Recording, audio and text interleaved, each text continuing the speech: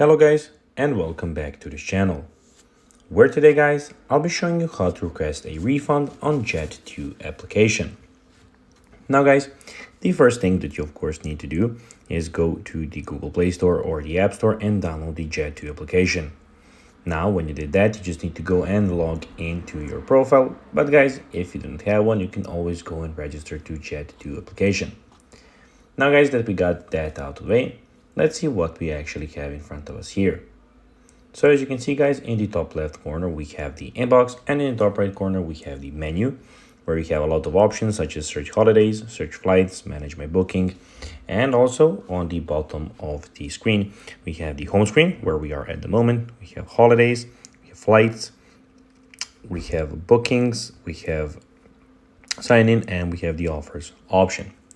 But now guys, let's see how you can actually go and request a refund on the Jet2 application. It's pretty simple guys, you just need to go and follow these few steps, but unfortunately Jet2.com is a non-refundable airline, so you need to make sure you're in the airport in a good time. If you miss your flight, you can apply in writing to them for a refund of air passenger duty if a fare has not been used. So basically guys, unfortunately it cannot be done, so they and I highly recommend you going to the airline on time, as the money won't be back to you. So guys, that will be everything for this video. I hope that you found this video informative and entertaining guys.